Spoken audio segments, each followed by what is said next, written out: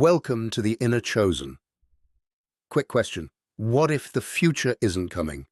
It's already here and most people just haven't noticed yet, because in this video you're going to learn a lot, not just what's happening, but why it feels unreal, how it's changing the rules, and what you can do to stay ahead instead of getting left behind. So if you're ready to see the world differently by the end of this, let's begin.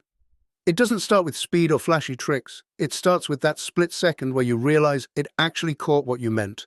You type something messy, incomplete, emotional, or half-formed, and instead of breaking, it responds like it understood the intention behind the words. That feeling hits different because we're used to machines being rigid and literal. The shock comes from how naturally it handles context. You don't have to speak robot language anymore. You can ramble, correct yourself, use slang, switch directions mid-thought, and it still tracks the thread. But it feels less like operating software and more like being heard, which is why people describe it as eerie or unreal. And then you notice the second layer. It doesn't just repeat information, it shapes it for the situation. It can explain, simplify, expand, or reframe the same idea depending on what you're trying to do. That adaptability is what makes it feel like there's something alive on the other side, even when you know it's not. Once that clicks, the way you communicate changes. You start testing it with harder prompts, more personal questions, more complicated tasks, just to see where it breaks. But the surprising part is how often it doesn't break.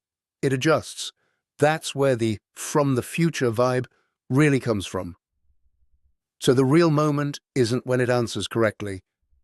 It's when it answers in a way that matches your meaning.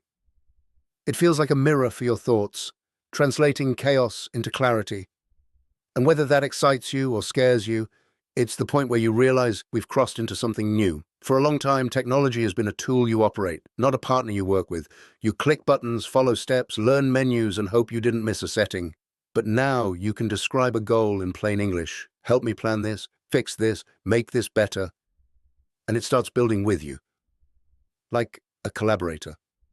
That shift changes how work feels. Instead of starting from zero, you start from a draft.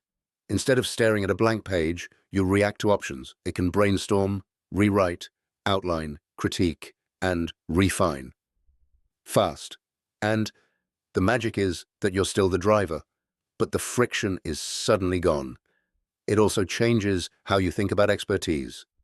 Before, you needed years of experience just to know the first step. Now, you can ask for the first step, the second step, and 3 safer alternatives, instantly.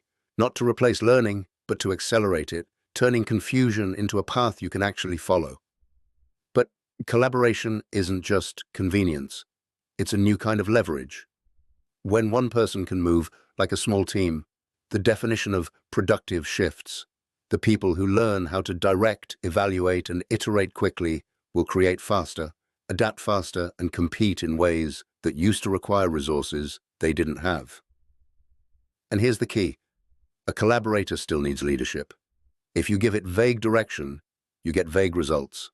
But if you give it clear intent, constraints, and taste, it becomes powerful.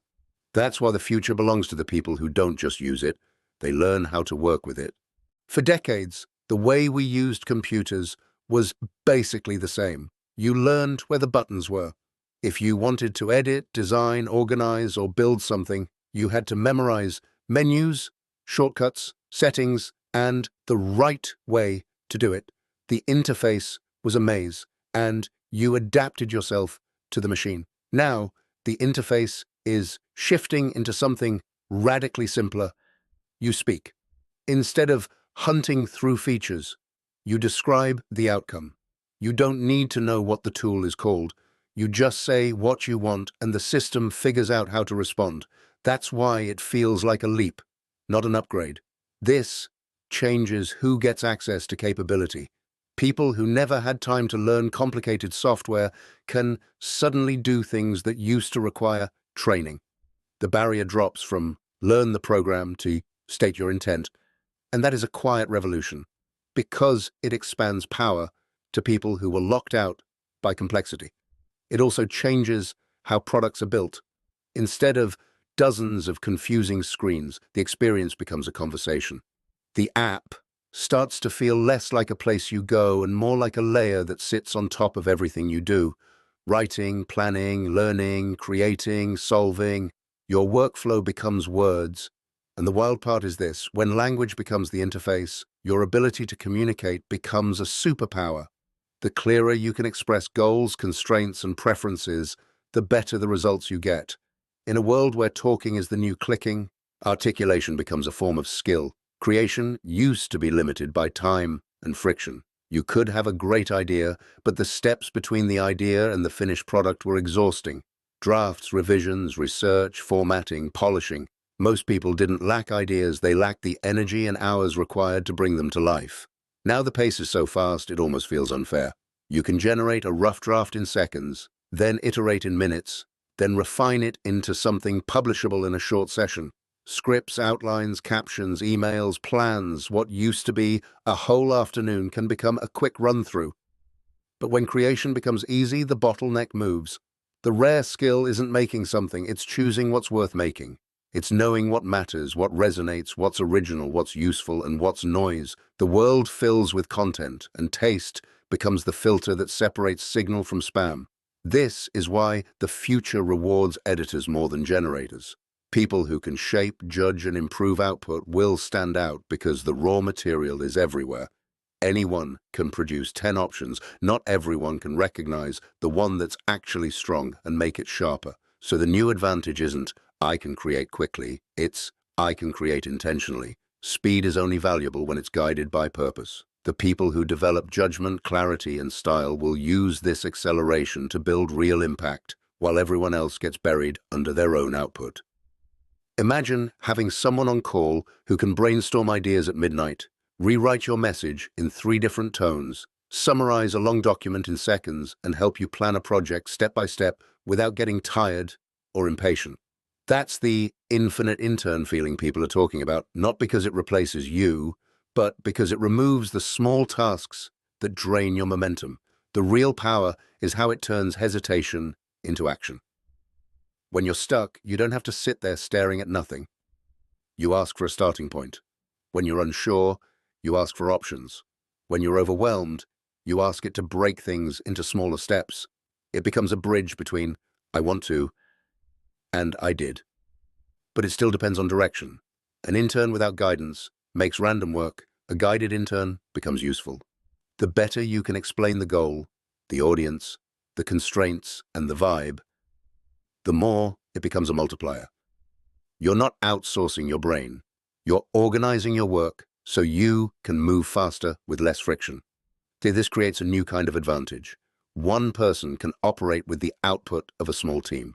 Content creators can draft faster, students can study smarter, entrepreneurs can prototype quicker, and professionals can polish communication on demand. The difference won't be access. It will be who learns to use it strategically. And that's the point. The infinite intern isn't a cheat code for doing nothing. It's a system for doing more of what actually matters. When the busy work shrinks, your focus shifts to decisions, taste, and leadership. The parts no tool can truly replace. The next leap isn't just smarter answers, it's answers that fit you. Not a generic explanation for everyone, but the version that matches your goals, your style, your level, and your situation. That's why it feels futuristic.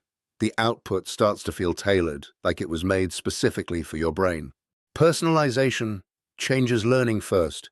If you're a beginner, it can slow down and simplify without making you feel dumb. If you're advanced, it can go deeper and move faster. It can quiz you, coach you, and adapt as you improve, turning information into a pathway instead of a wall. It also changes creativity and communication. You can ask for your tone, calm, bold, funny, formal, cinematic, and it will shape the message accordingly. Over time, you stop asking for an answer and start asking for my version of the answer, and that's when the tool starts feeling less like a search engine and more like an assistant. But personalization comes with responsibility. If something is tuned to you, it can also reinforce your assumptions or preferences. That's why verification matters. Checking facts, cross-referencing sources, and making sure convenience doesn't replace truth. Personalized doesn't automatically mean correct. Still, the upside is huge. When the system meets you where you are, progress speeds up. Instead of fighting through one-size-fits-all content, you get guidance that fits your context. And in a world moving this fast, the ability to learn and adapt quickly might be the most valuable personalization of all. We're entering a world where reality starts behaving like a file you can edit. A sentence becomes a script, the script becomes a video, the video becomes a voiceover, and the voiceover becomes a new language. The distance between an idea and a finished piece of media is collapsing, and that's why everything feels like it's speeding up. The most unsettling part is how seamless the transformations are becoming. You don't just create one thing, you convert it. A rough thought turns into polished text. A photo turns into an alternate version of a moment. A voice turns into a performance. It's not only creation anymore, it's revision of what already exists.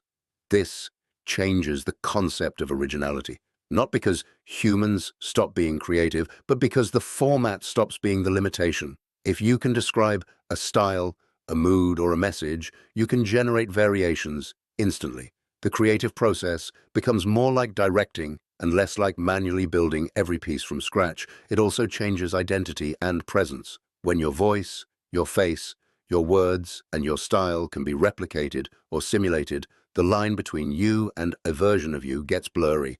That doesn't mean it's all evil.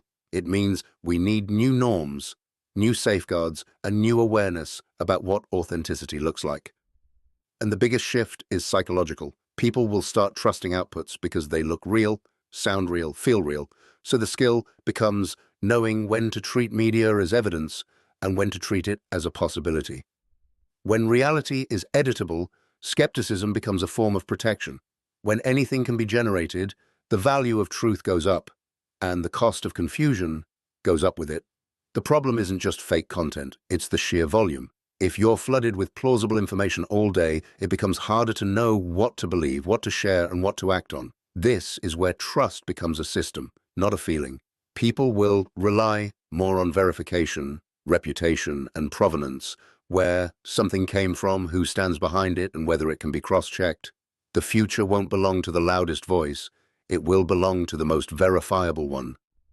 And the danger isn't only deception, it's overconfidence.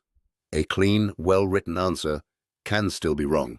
A confident-sounding explanation can still be nonsense. That's why the most important habit is learning to treat outputs as drafts until confirmed, especially for high-stakes decisions. This pushes media literacy into everyday life. You'll need to recognize manipulated clips, misleading edits, fabricated screenshots, and too perfect narratives, not to become paranoid, but to become careful. The goal isn't distrust of everything, it's discernment. In the end, the trust problem forces a new standard. Evidence, transparency, and accountability. Tools will get better, detection will improve, and norms will evolve, but the real defense is human judgment. If you can pause, verify, and think clearly, you'll be safer than someone who believes the first convincing thing they see. Before you go, take 1 second and choose one word that summarizes what this video made you feel or realize about all of this. One word only. Write it down, then drop it in the comments. And if you want this to reach more people who need to hear it, use YouTube's hype feature on this video and support it. Every click helps push it further. See you in the next one.